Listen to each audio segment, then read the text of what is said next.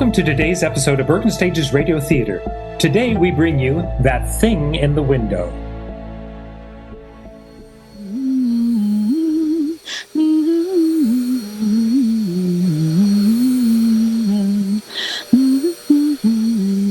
Mary, turn that vacuum off here for a minute and come over here, will you? I want to show you something. Yes, sir. Right here, out this window.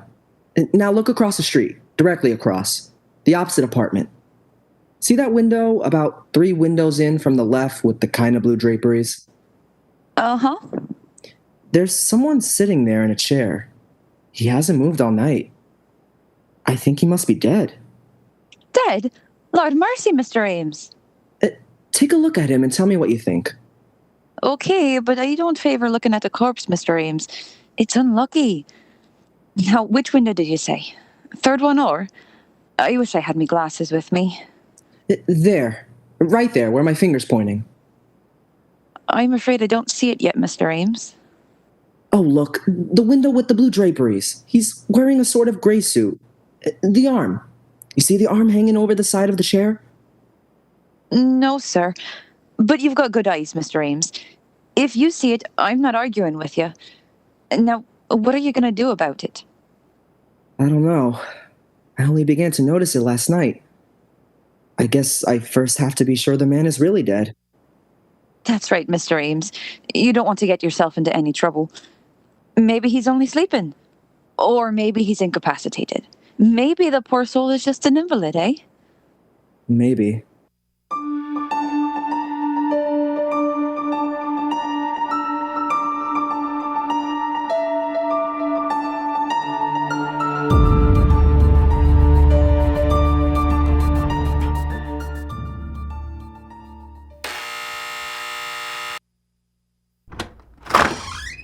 Yes. Oh, hello. I'm Martin Ames. Are you the superintendent of this apartment house? That's what it says on the door.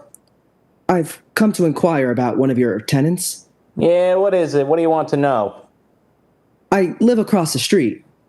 Well, I'll be frank with you, sir. I've been looking out my window across this building now for 2.5 days, and there seems to be someone dead in one of the windows.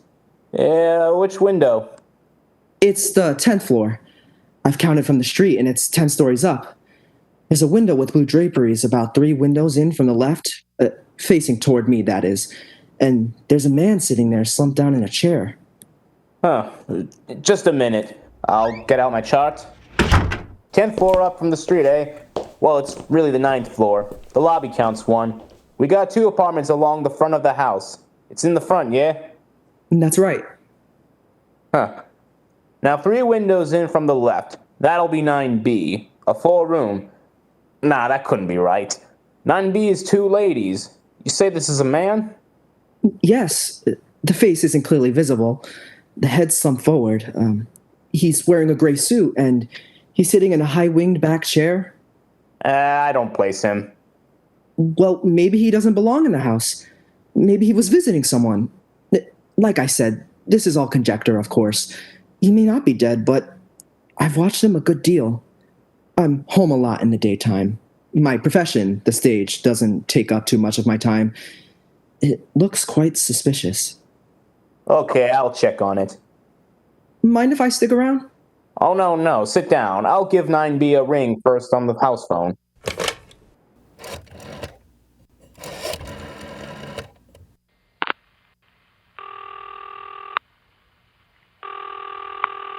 Hello?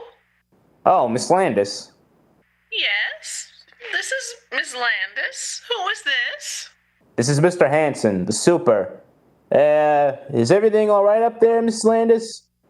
Everything all right? Why, yes, of course. Okay, Miss Landis. Thanks very much. Thank you. Well, that's that. No soap in 9B. 9A is in the country anyway. If I got the windows straight like you said, it ought to be 9B. The single ladies?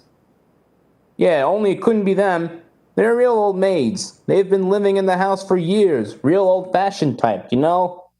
Say, If they knew you thought there was a man in their apartment, the two of them would just jump out of their skins. I don't know what to say. You sure it must be that apartment? Oh yeah, that's the place, all right. But you probably just made a little mistake. You know how your eyes can play tricks on you? After all, it is a pretty wide street. I don't think I made any mistake.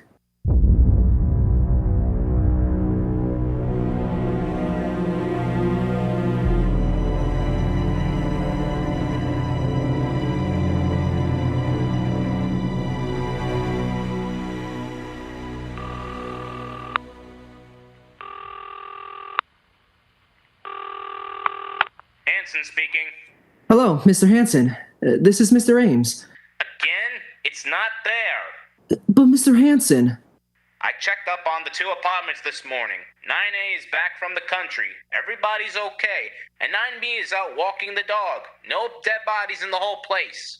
But I can see it. It's still there. Okay, just where? Will you tell me where? In the same window. The one you said was 9B. Have you gone inside 9B? No, but I asked them if there was anybody sick or dead, and they said no. You asked them? Why didn't you just search their apartment? What do you mean, break in when they're out? No, search it while they're there. Ring the bell, walk in, and do it. Yeah, not without a search warrant from the police. These apartments don't belong to me. I just take care of the building for the company. Then let's call the police. Oh no, not me, mister. I didn't see the dead body up there. Then I will. After all, somebody's got to do something.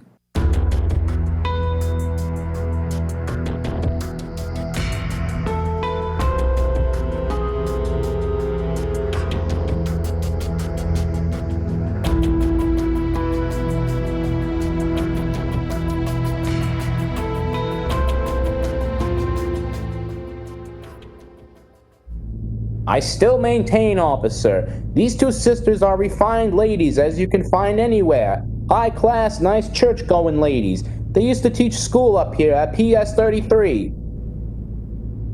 That doesn't mean a thing. As it happens, there's a play on Broadway right now in which two nice old ladies commit murder after murder.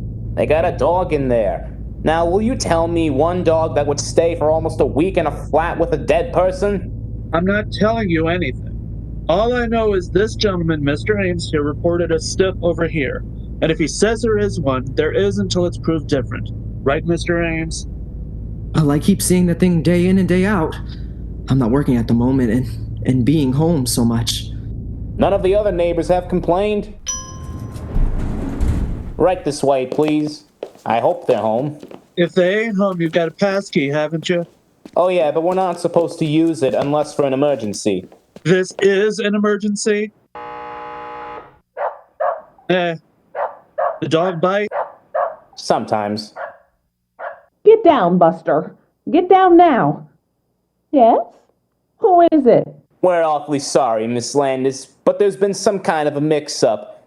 These two gentlemen want to look over your apartment. But why? It's not for rent. Oh, I know. It's just that they want to search around and check. Come on, cut the chit-chat. Hey, look, lady. A dead body's been reported sitting in one of your windows. What? Yeah, this guy lives across the street and he's been seeing it for over a week. Oh! Now, come on, open up. A dead body? But that's impossible. My sister and I live here all alone. Yeah, we know all about it. Excuse me a minute. I'll call my sister. Vivian! It's the police! Oh, come on. Hey, lady, come on. I'm not standing out here all day. Come on, give me the pass key. It won't do no good. They got a chain on the door from the inside. Open up in the name of the law. How do you do? I am Vivian Landis. May I ask you what this is all about? Certainly, lady. I got a search warrant made out by this gentleman who said to search your place. He said you got a dead body in there. A dead body? Why, that's perfectly ridiculous. It is, but it's been reported. Now kindly take that chain off the door and let us through. Of course. First, may I ask how did this peeping Tom see into our apartment? I thought, Mr. Hanson, we were quite private. Well, you see, He lives across the street on the same level. I just happen to be. Oh, well, then we should have to keep our shades down in the future. Although one would think a grown man would have something better to do. Do come right in, gentlemen. Make yourselves right at home. Thanks. Is he coming in here too, Mr. Busybody? No, he doesn't have to if you don't want him. Well, I most definitely don't. Okay. Mr. Ames, you better stay outside. Officer, I was... Oh, he does want to poke around in our private rooms. Is that it? Then he better have some ulterior motive in worming his way in. Maybe he's come to get the lay of the land so he can break in someday to rob us.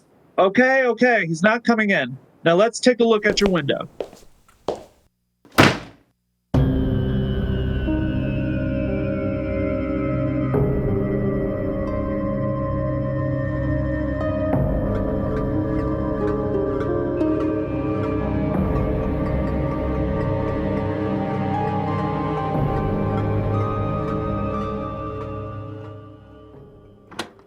Yeah, I know. I'm sorry, okay? Hey, Ames, what's the big idea? You didn't find it? No. That's very strange. Yeah? The only thing stranger about it is your eyesight. You ought to get your glasses changed. There wasn't anything in 9B? No. I don't understand it. How could I have seen it so distinctly and it's not there? Perhaps it isn't in the window now. Perhaps they hid it while we were waiting outside the door? Hid it? Now, where do you hide a dead body in a 4-room flat? I looked in all the clothes closets and under the sofas and the chairs. Maybe they went out the back into the service elevator? Single-handed? With all the garbage cans and laundry going up and down? Perhaps they had accomplices. Oh, you probably think... Oh, it's so terrible to keep seeing it and feeling it slowly decaying there in secret. Why, the thing would be there for weeks. It's so high above the streets. Perhaps it'll never be found. Perhaps it's already being destroyed. Well then, if it's gone, what do you got to worry about? You don't have to sit and look at it no more. But I hope it is. I tell you, it's really getting me down. I haven't slept for nights keeping vigil. I'm in a nervous state. I haven't been this nervous in years. I can see that. Look, why don't you try forgetting about it for a while? Try not to look over into that window, or go away for a change. You've done what you could, Mr. Ames. If there really is a stiff over there, then it's my business, ain't it? And if there isn't... You mean, you think I may be... I'm not saying nothing, Mr. Ames, but if I was you, I'd try catching up on my night's sleep.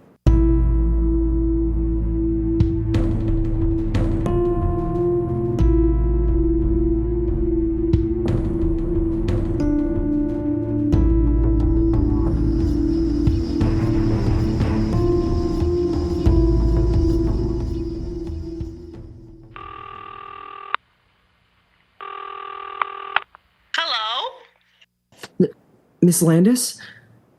I'm sorry to disturb you this time of night, but I'm desperate. I haven't anywhere else to turn. What? Who is this? This is Mr. Ames. Martin Ames. Your neighbor, the one across the street. I was in your apartment yesterday morning with the police, or rather, I was almost inside your apartment. Your sister wouldn't let me in. Now, please don't think of me a pest, Miss Landis. I don't mean to annoy you.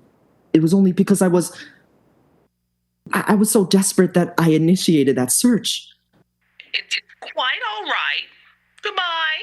No, please don't hang up, because it's worse now than it ever was. Miss Landis, I've been sitting here opposite of your apartment, staring into your window, and I'm only asking you to help me, Miss Landis. Help me just a little. Help you? It's still there, Miss Landis. What is still there? The dead body. In your window. Oh, my! There isn't! How dare you! When the police arrive... I know now it doesn't have anything to do with you. But would you do me just one favor, Miss Landis? Would you go into your living room and just check once more? I won't! I'll do nothing of the kind. You're out of your mind! Perhaps I am, Miss Landis. That's what I'm trying to find out. Then perhaps your sister Vivian would help me? She's not at home. Oh, Lord. And anyway, I don't see how you can see in. I pulled the shades down in there yesterday morning. I know. They're all down still. Then how can you see? I can't. At least, not the actual body. It's just a silhouette. I'm not belying you or your sister, Miss Landis. It's just, if there's someone dead in there, it's not you who are doing it, but think of me. What? If you could just be here and look over there and see the shadow of those quiet fingers, that shoulder, that head. Please, stop it. It's not here. It isn't. Tell me just one thing, Miss Landis. There is a chair by that window, though, isn't there? Yes. There's a chair. Oh. A high-backed wing chair? Uh-huh. And have you anything on it? Anything piled up? I mean, like curtains, cushions, dressmaker's dummy, or... No, of course not. Or do you have a plant in the window in front of it? Some kind of an odd table? Anything? Anything that would cast a shadow, like a man's head slumped forward, or an arm hanging limp? No, there's nothing. There's nothing but the chair. Then would you do me just one more favor, Miss Landis? Please? Please? As an experiment, would you just go into the living room and move that chair from the window, please? If I do it, would you stop pestering us? Yes. Would you leave us alone forever? Yes, if it works. If it works? What do you mean? Do you mean... I can't tell you, Miss Landis, until you move the chair. All right.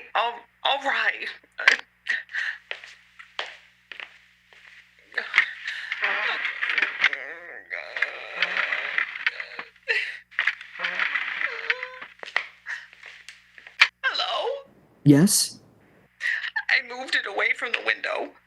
It's at the other end of the room and it's empty. Oh.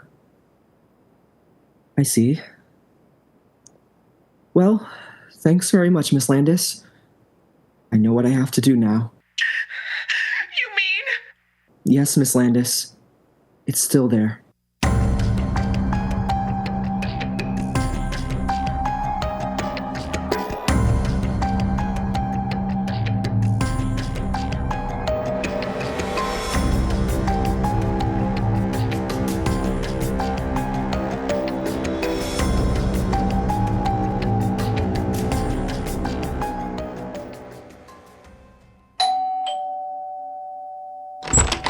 Miss Landis? Where is it? I want to see it at once. Oh, yes, miss. Come in. I hope you'll excuse my appearance. I just passed another sleepless night. So has my sister, and so have I. What do you mean by this business, Mr. Ames? You have frightened my sister half to death. Seeing things that aren't there when you know they are not. I know they're not? Oh, I wish they weren't. I wish to heaven I never looked out that window. I wish those walls were solid stone and your walls, oh. You are a sick man, Mr. Ames. Oh, am I? I wish I were. But I'm perfectly sane and well. I went to the psychiatrist yesterday, and guess what he told me? That there's nothing wrong with me. Nothing. I can't believe that. I suppose it's a form of madness to persist and persist in this hideous image, but Not me, Miss Landis. No. I finally come to an entirely different conclusion. And what is that? The supernatural. The supernatural? A ghost? What nonsense, Mr. Ames. Yes, I suppose it is nonsense to you. Yes. You've been a school teacher. You believe in logic, common sense, the things that give up the pretense of solidity in this frail life of ours. But I have eyes. I've always had a feeling for the hidden beyond, the intangible, the shadowy. We are children, Miss Landis. Children playing along the edge of the ocean. We laugh and toy with the waves and mock fright. But sometimes one of us slips down into the darkness. Sometimes the depths rise and we glimpse the yearning things of the eternal. You put things rather oddly, Mr. Ames. Just exactly what do you mean? Simply this. I checked on that building with the real estate agents yesterday afternoon after I left my psychiatrist. There was a murder. In our apartment?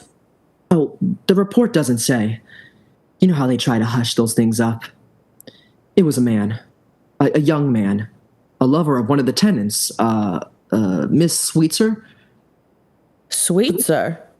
Why, that's the name of the people who lived there before us. Oh. They were an elderly couple, Mr. and Mrs. Sweetser. I never saw any Ms. Sweetser. Well, she died. She was the daughter. She killed herself afterwards by jumping out of one of the windows. How perfectly awful. A rather ghastly coincidence, isn't it? Was it out our window? No. She must have been a very neurotic person, though, this Miss Sweetser. Half crazed, almost, with love and jealousy. I checked over the details in an old newspaper. She cut his throat, nearly decapitated him. Oh! It said that when they lifted his body out of the chair later, his head almost rolled. Excuse me, Mr. Ames, I'd rather not hear. I still can't believe that if there could possibly be something, why haven't we seen it too? Why should you? Haven't you seen it, Miss Landis? No. Are you sure? Never. Perhaps in the middle of the night, getting up and passing that room? Seeing that chair outline against the window? Just in passing, perhaps? You've never had a glimpse? No. I really must be going. No. Please stay and look at it. I want you to see it out of my window. No, my sister, Elaine, she's very nervous. I can't leave her so long alone. Then how will I know? How? Miss Landis, I thought you came here, especially... It'll only take a minute, really. It'll only take a minute. It's right in here, in the bedroom. I just gotta let out the Venetian blinds. Oh, Miss Landis, don't go! Miss Landis!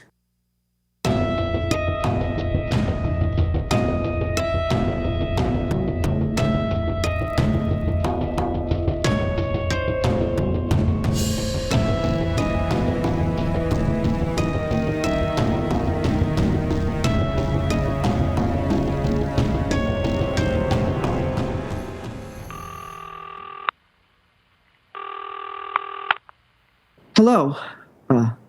Hello, Sergeant. This is Ames. Martin Ames. I just called to let you know, I think you're right about that good night's sleep. Yes, I'm going away tomorrow for a long rest, shutting up my apartment. I'm all tied up in knots. I don't know what to think. Oh, they did. Yes, I saw the moving van in front of the house, but I didn't know it was those two sisters. Couldn't take it, huh? Well, I can't take it much longer myself.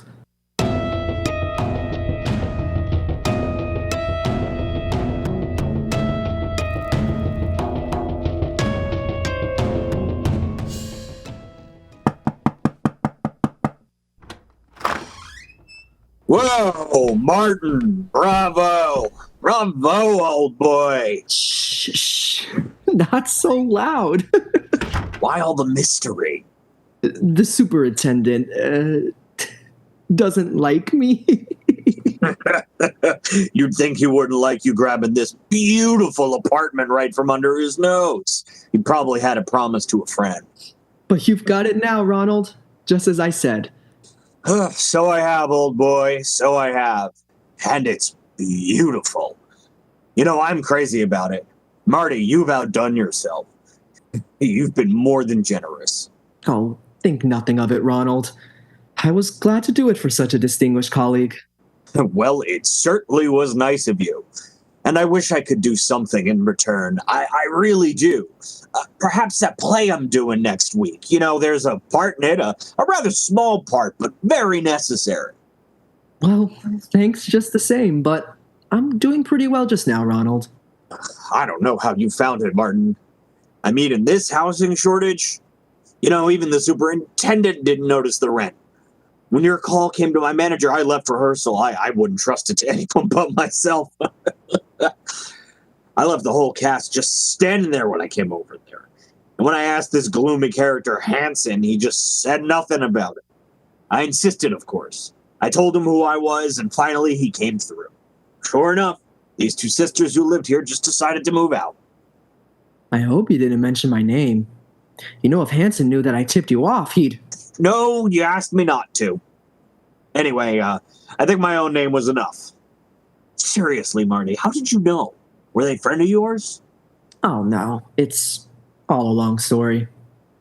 Come, let's sit down, shall we? In the living room. Oh, no. You take the chair. Guess they must have left that when they moved out. Thank you. Well, to be frank, Ronald, I got this apartment by a ruse. A ruse? What kind of ruse? Oh, a pretty nasty one, actually. I frightened the last tenants away. I told them I saw a dead man sitting here in this window. No. Not really. How clever of you.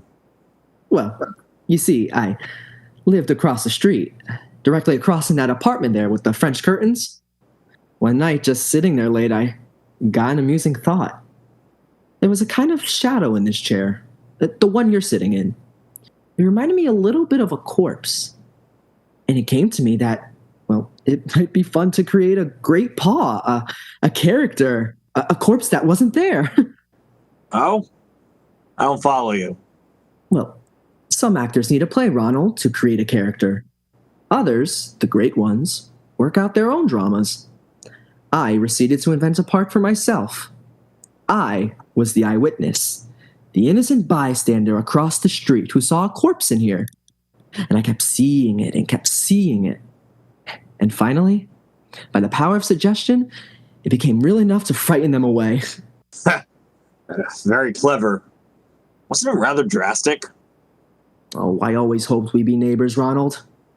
As a matter of fact, the whole idea for this thing came to me that day in October, when you turned me down for that part, right outside of Sardi's.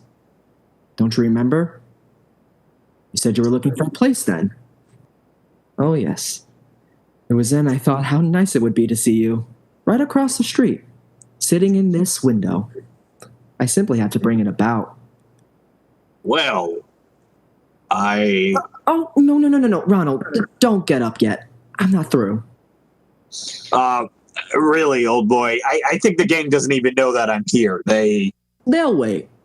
People always wait for you. Don't they, Ronald? I could call them, free of course. But the phone's been disconnected. Well, I'm afraid that I'm, which way is to the door, old boy? Now, really, Marty, it's been very kind of you. Oh, don't you like the apartment, Ronald? Aren't you going to take it? After all my work? Yeah, I like it very much. The door's locked. Yes, Ronald. I'm afraid you'll have to find your way out alone.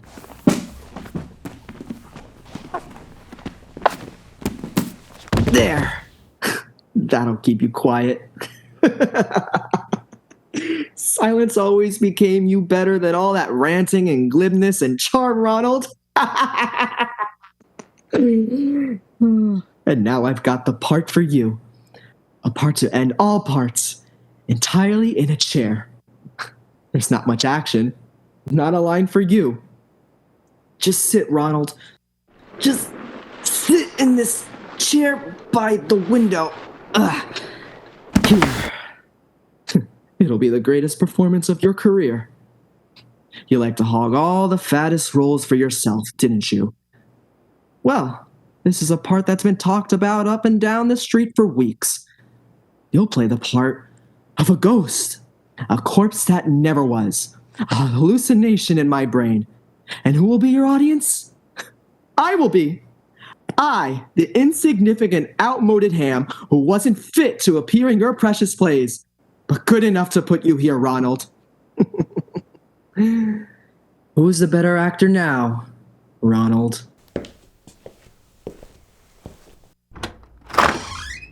Goodbye, Ronald.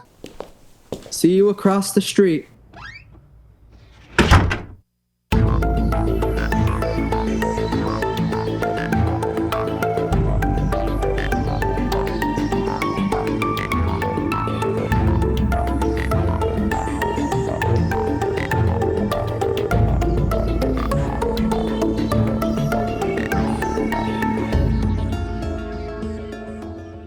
Thank you for tuning into today's Bergen Stages Radio Theater episode, That Thing in the Window, featuring Mark Cruz as Martin Ames, Aaron Ingersoll as Mary, Nicholas Zerillo as Mr. Hanson, Lee Janitis as Elaine Landis, David Legrand as Sergeant, Christine Dunning as Vivian Landis, and Alexander Preziosi as Ronald.